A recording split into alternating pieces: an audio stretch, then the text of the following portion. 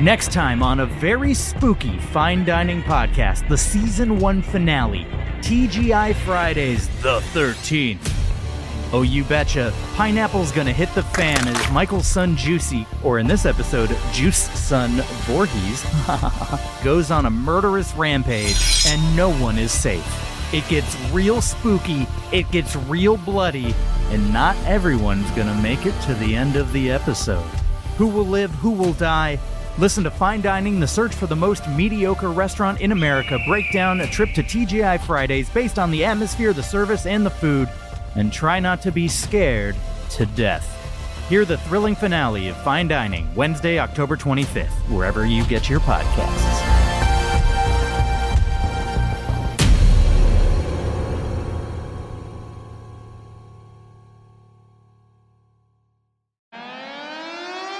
If Harry doesn't want to be chased in a car, maybe he should get on a train. I'm Harriet Langley-Swindon, and this is Non-Censored. Hello and welcome to Non-Censored, the podcast that wraps up all the best bits from my very real daily radio show into one easy-to-digest highlights package.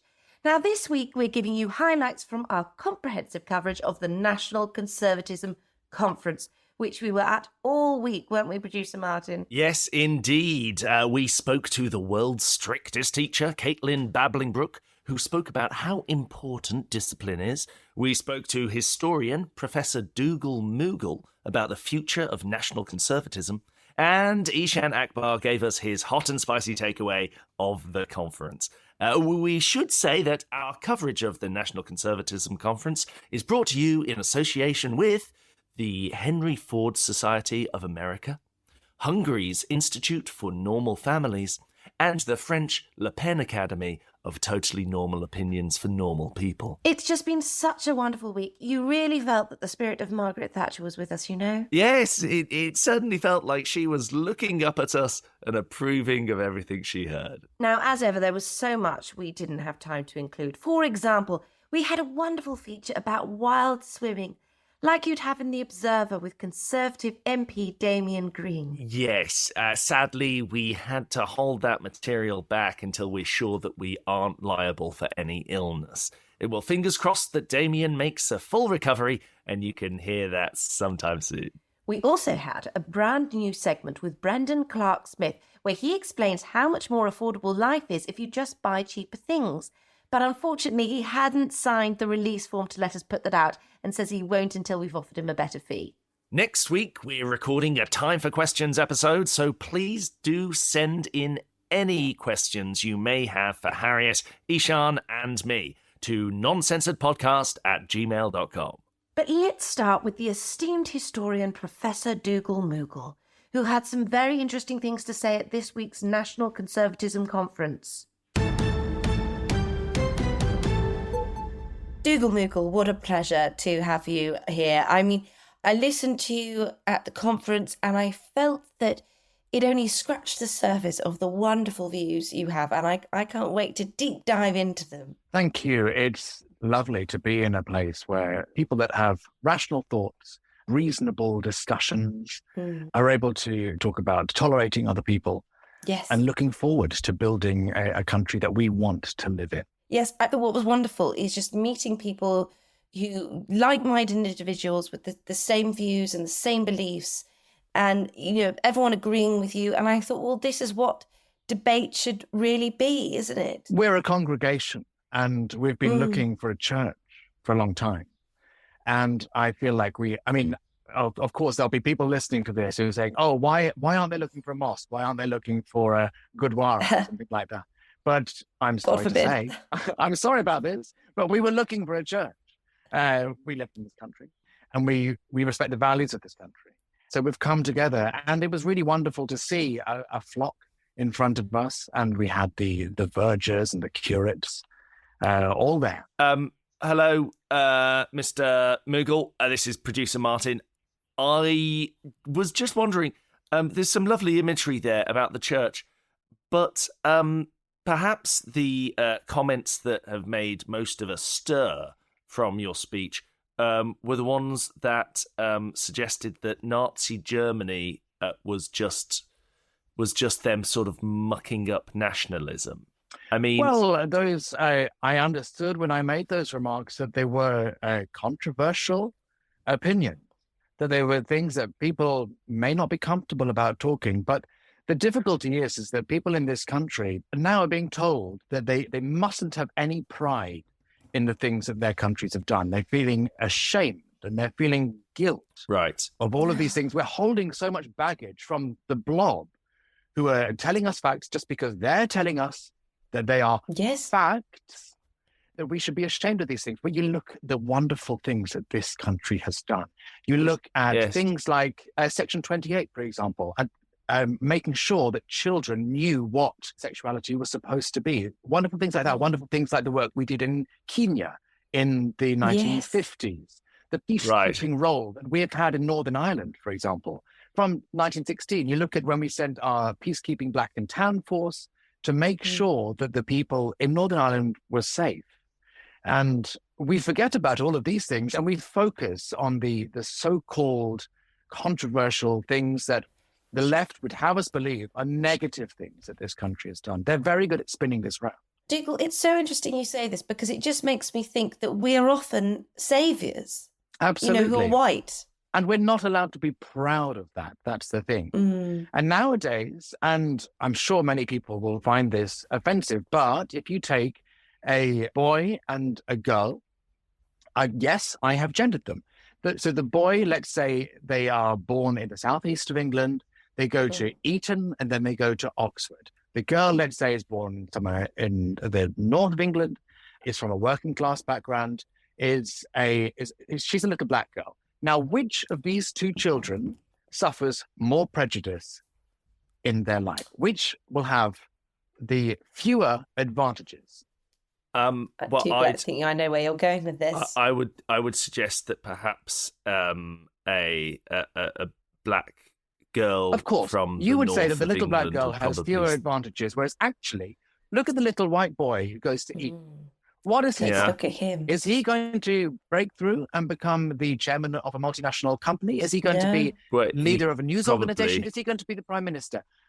Does he have those chances? Nowadays, the way that the blob would like us to go, those children are the least advantaged people in this country. Now, I'm someone that was able to break through. Even though I went to Eton and I'm white, I managed to break through and have a career as a journalist. I'm sure everyone's very proud. I just have a question about the blob, of course, which does seem to be causing a lot of trouble here. What exactly do you mean when you say the blob? The cultural Marxists, the people that would like us to tear our history apart and feel ashamed for everything that we've done, the people that would like us to believe that we live in a country where racism happens. And I'm sorry, but I have not seen any examples of that happening. They would like us to believe that across the country, millions every second of every day, there are racist acts happening or acts of aggression happening. And I don't know about you, but I haven't seen that. Yes. Also, Dougal, I know black people and they seem fine. Absolutely. Well, compelling arguments both. I think there have been Martin, tell me, I'm going to give you 5 seconds and I want you to tell me an example of a racist act that you have seen recently. 5, I think 4, some of the 3, things that you 2, said were 1. borderline, possibly You can't do it. Racist. You can't do it. Can't do it. You don't know them. They didn't Kenya happen. and Ireland. Because it's very tricky when you're on the spot, though, isn't it? I'm not sort of designed for debating. I'm more here to Producer Martin, you need to be put on the spot. Flounder. Because this is why the National Conservatism is so good and so important, because too often we just get fed these wokey ideas, and this is a place where we can be fed the right ideas. So and that's what I want. Could I just to be clear? This are you saying that this is a safe space, and you're pro safe spaces? Oh, Martin. We are pro free speech. We want less regulation. We want everybody to have their freedom, to have their liberty. Those are the core tenets of the National Conservative movement. Free speech, people living their lives as they want, as long as those lives are within the cultural values that we have. That's beautiful. So if you were to sum it up in a slogan, perhaps, would you say white lives matter? Well, if you were to say that, does I think feel a you'd get bit in hot water. Right. You would get in hot water. Yeah, I What mean, we're saying probably is quite that- rightly so. We are saying that everybody should have the freedom to express themselves because we are constantly being silenced, being cancelled. And the woke blob are telling us what we can and can't say. And we are saying that's enough. Yeah. We want to be able to express ourselves. We are prepared to tell people what our needs are. Yes. And those are to have a man and a woman living together, married, having children. That's Yeah. so wrong. It does And, sound... and also, can I just butt in? Because, Martin, you're being incredibly chatty. I'm so sorry. Yes. You've been I incredibly chatty. And I've noticed, Dougal, this happens with him. And the thing is, actually, what you're doing, Producer Martin, with your little smart aleck comments, which, Dougal is too polite to mention, but I get where you're going with it. And I'm saying what you're doing is you're trying to silence Dougal. And Dougal will not be silenced. What I mean, Dougal? Well, just because Dougal? you're okay, saying... good. Sorry, I thought statements. you'd been silenced. I was just checking there that we hadn't. He won't be silenced. You can't make him. You can't do that. You can't do that. That's not in the values of our country. It's not in the values. I will say that it's very easy to say things as though they are true and expect me to gobble that up. Please, Dougal, I'm not trying to make you gobble anything. It's just that's not my role here. This is a gobble-free zone. Because that stuff that you're feeding me is pretty tangy. Before we leave you, because I know you're a very busy man, you've got lots of opinions to opinionate, could you, for our listeners who didn't have the joy of listening to your speech, what was the main thing you were trying to bring across? Pride. My speech was all about pride, about people feeling proud of themselves, of being able to express themselves, of being proud of their body, being proud of who they are. And that was a wonderful experience. Yeah. To look out on a sea of faces who were all agreeing and thinking, I have a place, I have a right to be here. I am not ashamed of who I am. Yes. A lovely, white, middle-class man. And that's why I ended with M People's What Have You Done Today to Make You Feel Proud as my exit music. That's so beautiful. Very moving. Well, Dougal, thank you so much. And listen, I just hope you don't let the wokies get you down. And I hope that we see a lot more white middle-class men around. This is the start of our fight. This is where it starts. We've only just begun. Now sit up straight, because it's time to hear from Caitlin Babblingbrook, the greatest teacher in Britain. I would have loved to have her I would have loved to have had a teacher like her when I was younger, wouldn't you, Martin? Well, I would certainly have got my homework in on time, I suppose. Exactly, because otherwise she'd have punished you, and no offence, Martin, but you don't look like you could take being told off by a teacher now you're 40, let alone when you were 12. Anyway, let's take a listen.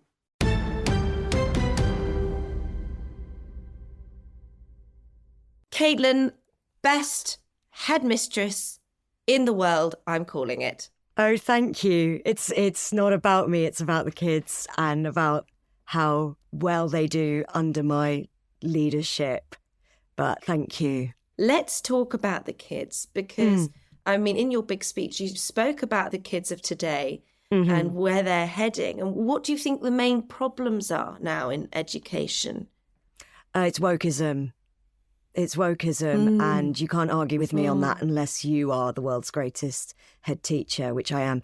Wokeism is a mind virus that is infecting every school except mine.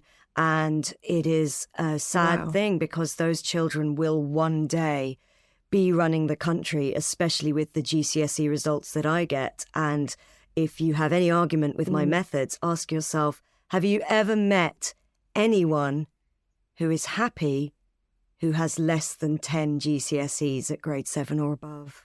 That is so true. That is so true. And what do? You must have cases in your school where the wokeism sort of creeps in. Mm-hmm. How do you stamp it out? How I stamp it out is with my methods, which you cannot argue with. I start the day by getting the children to recite back to me Alec Baldwin's speech from Glengarry Glen Ross. They all recite it in perfect iambic pentameter. Then it's off to class, where they are forbidden to leave the classroom for any reason whatsoever. If you have to soil yourself, then maybe you'll learn not to do that tomorrow. At lunch, they all sit with a teacher and discuss only my genius methods of teaching. Then it's back to more class. Did you soil yourself in the first class of the day? Well, then you're still sitting in that, and maybe you'll learn not to do that tomorrow. And then they go home to do 4 hours of homework, and then it's back to school the next day. You'd better get that Glengarry Glen Ross speech perfectly today, Samuel. Wow. Caitlin, producer Martin here. Hi, thanks for coming on the programme. I've got to say, I'm a father, and I have 2 children in the school system right now. And, I mean, I'm not a teacher, but I do feel like perhaps there are other issues other than the woke, per se, that schools need to focus on. Encouraging creativity, playing well together, socialising, all these things, literacy rates, even in certain areas. Do you not think that maybe they should be more of a focus than stamping out this woke agenda? Can I ask you something, producer Martin? Yes. How's your wife? Jane, why does everyone want to keep on talking? Jane is doing very well, actually. She's nearly finished her novel, and she'll soon be moving back into the house. So she's very good. Thank you. Interesting. So you believe that my genius, unquestionable methods are an issue, yet there you are not living in the same house as your wife. Well, no, it is. Listen, listen, okay, she likes to go to a nearby Airbnb because it's very noisy in the house sometimes. Lucy, our dog, is going through a stage at the moment. She likes stealing instruments, and we have a lot of instruments in the house. So it's noisy and unpredictable. And I, for one, don't blame her. But this isn't really about my personal life. Interesting. It's a house of music, but not marriage. Okay. Wow. I mean, I don't know how this has turned around on me. Well, producer Martin, you have to be careful, because you have to try and dodge Caitlin's laser focus. Mm-hmm. Well, yeah, I feel like matters. I've got to say, I don't know if many of our listeners will recognise this, but it all sounds a lot like the Demon Headmaster. It sounds like we're literally rolling out the plot of the Demon Headmaster. His results were excellent. Just what some people might say. Yes, I was going to say he wasn't all bad, though, Martin. He wasn't all bad. He hypnotised the children to get excellent GCSE results, which is all that matters. I think people will look back at him and see he was rather misunderstood. He had green eyes. The prefects. You only have to change one letter, and you have the melon headmaster, and we like melons. You make a good point there. We do like melons, but I just personally feel that there are other elements that the school system should be focusing on. Well, it's interesting what Martin says here, Caitlin, because you have had a bit of a backlash for some of your comments, and people saying a lot stronger stuff than Martin. What is it about you that makes people so angry? People are threatened by the very thought of attending a dinner party where everyone there doesn't just agree with every single one of their wokery points. Yes. People are threatened by the fact that they don't have 10 GCSE grades 7 or above. And when I am finished with the school system, a new Britain will emerge with everybody tweeting under their own name. I will reign supreme under my own name, which is Mrs. Snuffleupagus. Wow. Right, well... Why did you change your name? It's such a lovely, beautiful name. Caitlin, what would you like to say to the people who've suggested that your rhetoric is a bit like a fascist? Fascism has lost all meaning. Suddenly, everyone is a fascist if you just don't agree with them. Tell me, am I a fascist for inviting Jordan Peterson to sit with the children and tell them what to think? He came to my school. That is a very good question. Wow, those lucky kids. Those lucky kids. Did he, because, I've had Jordan round a few times. Very, very interesting man. But I found that when we wheeled out the pudding, he always started crying. Oh, yes. I think he only eats raw meat. So in some ways, easier to cater for him. At the Michelangelo school, all the children do eat the same food. Unfortunately, on the day that Jordan did come in to speak to the children, there was vinegar on the chips and, we'll call it he had an episode. But until he helped himself to 2 chips off a plate, Jordan was speaking nothing but sense and being just a real source of inspiration for the school. You can't just have people come into your school who are people you agree with, which is why I invited Jordan Peterson. So you don't agree with Jordan Peterson? No, I agree with him on absolutely every single point he's ever made. Oh, you agree with? Yes. Yeah. Those lucky kids. Those lucky kids. I mean, not many kids get to do that. No. To learn true discipline and listen to Jordan Peterson on their lunch breaks. I can't think of a better education. Could I just make a small suggestion that perhaps, I don't know if you ever take the children away on, away days, little trips. Maybe you could take them to Thorpe Park or to the zoo, something quite fun and, culturally nourishing like that. Tell me something, Producer Martin. Would you allow a prisoner to leave the prison grounds just because they fancied it? Well, I mean, not just because they fancied it. I do see a slight problem. You'd allow prisoners out of a prison. Convicted criminals, you'd allow them outside the prison. Okay, that's... No, not what I'm saying. I feel like children are more willing, mentees. They're just there along to learn, maybe, rather than be they'll learn that they can never leave for some the kind of classroom. terrible crime. Right. Okay, understood. Well, Caitlin, thank you very, very much for coming on the show. You've been an absolute inspiration. And will continue to be.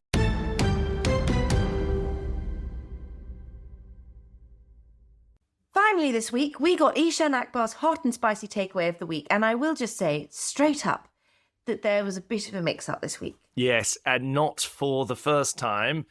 Eshaan didn't appear to be totally across his brief. Oh, like you can talk, Martin. I asked you to do an interview with Danny Kruger next week, and what did you say?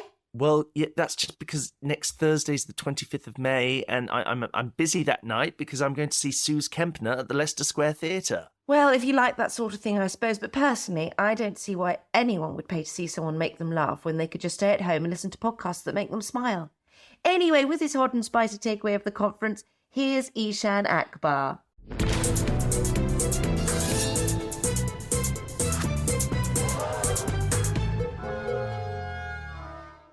Hello, Eshaan. How are you? Hello, Harriet. I'm all starry-eyed after a big week. Oh, brilliant, brilliant. Well, I can't wait to hear about this.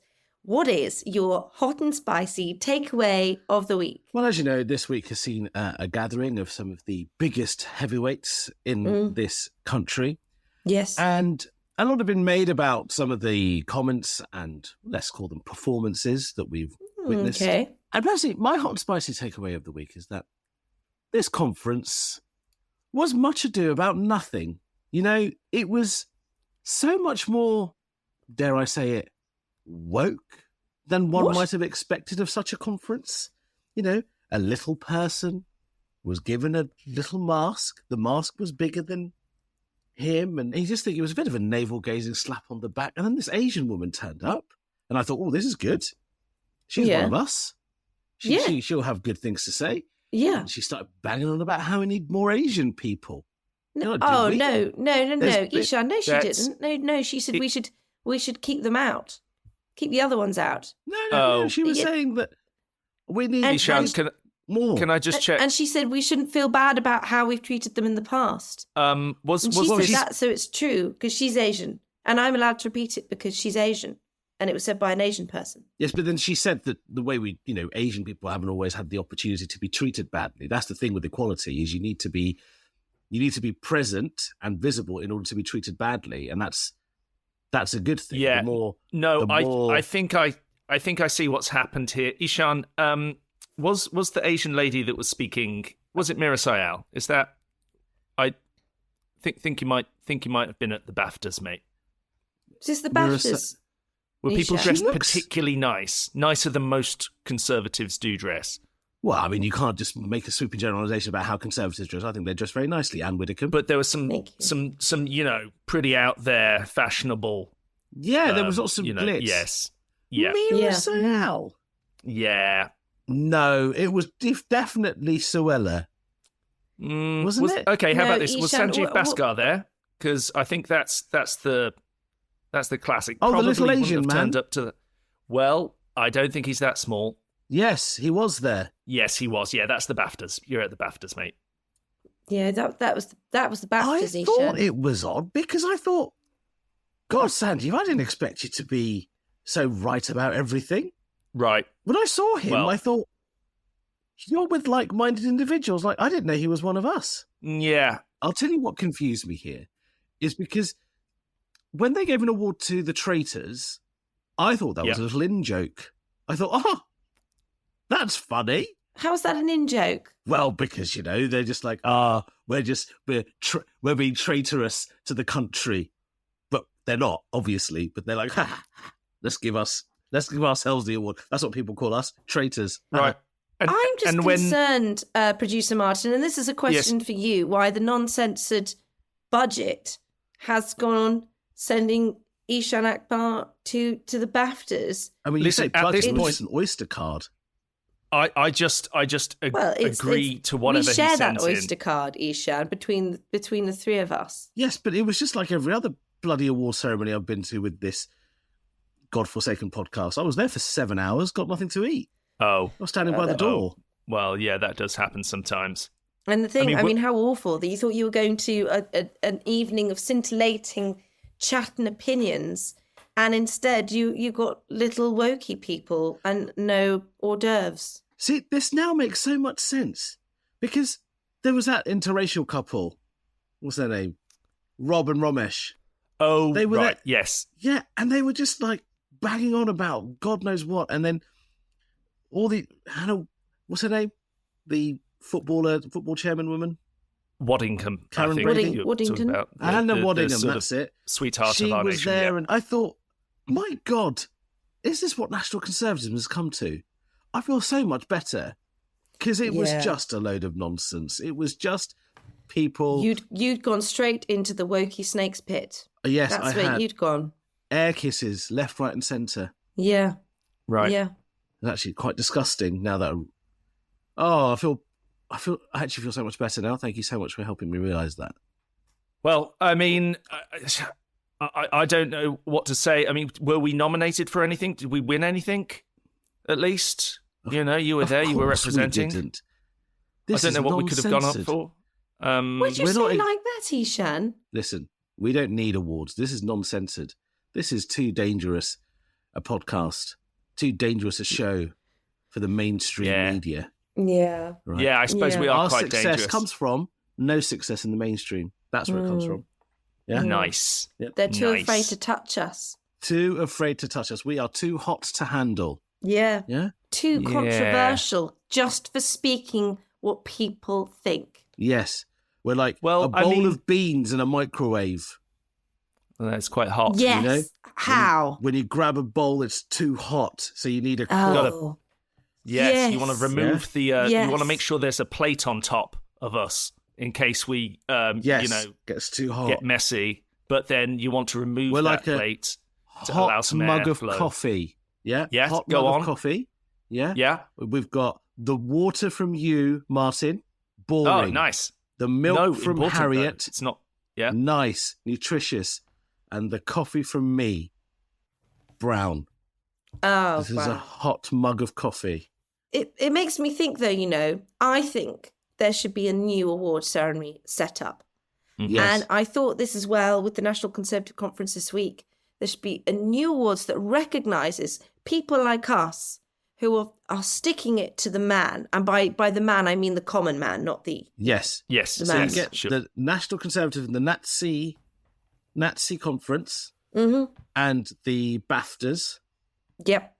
Merge them. Yes. The To make NAFTAs. it glamorous. You can have awards for best free thinker, best outside the boxer. I like And the is it- NAFTAs, the most is it naff just- awards. Yeah, but we're reclaiming the word NAF. Yes. Because no one uses that Yeah. anymore, do they? Like we should we are. reclaim so many other N words. Yeah? oh, like well, naff. let's just start with this No. one. Right? No, And then nincompoop. no, Okay, this is not a And- list that I'm enjoying. no, we'll stop now. Neanderthal. No, we need to stop. Norbury. Interestingly, Ishaan, Norbury. don't try... If you're There- trying to cancel yourself, don't take me and Martin down with you. No, I'm just telling you the words beginning with N that we can reclaim. Ishaan, perhaps I could ask you just Nefarious. about one of the awards that was given out at the BAFTAs, the Current Affairs Award, which of course we could have been up for if we were a television program, but we were not put up for, and in fact it was won by the children of the Taliban. So Yes, I mean, they if gave they're this giving... award to the children of terrorists. What? Well, I mean, the children of the... This is I think- nepotism of the highest order. Oh, You my can't- goodness. Hand out awards to the children of the most successful terrorists. That's not well, fair. I'm not sure that's exactly how it worked. I think there might have just been the name of the Actually, that's TV another show, N word but- we should reclaim. How did it work, Nepotism. Well, Producer Martin? okay. We shouldn't be giving awards to terrorist children. What's next? Awards for the children of Jeremy Corbyn. Oh, well, I think his children are quite That's... talented, aren't they? At what? Quite good orators. They seem to... No, they're not. They're not. They do Knitting. have weed enterprises. Another Martin. N word we should reclaim. Knitting. I think it starts with a K. But listen, that's an interesting hot take on the BAFTAs. I mean, would just like to put in the caveat in case any of the official judging panel are listening that we're very much still interested in winning an award, and we'd love to come along. We'll even bring our own packed lunch. We will do it ourselves. Thank you. The NAFTAs are coming. Award season will be our season one day. Well, that's it for this week. Like, subscribe, tell your friends, and keep those questions coming to noncensoredpodcast@gmail.com. Thank you to Rosie Holt, Brendan Murphy, Eshaan Akbar, Oliver Izard, Suze Kempner, and Ed Morris. I'm Harriet Langley-Swindon, and we'll be back next week with more Non-Censored.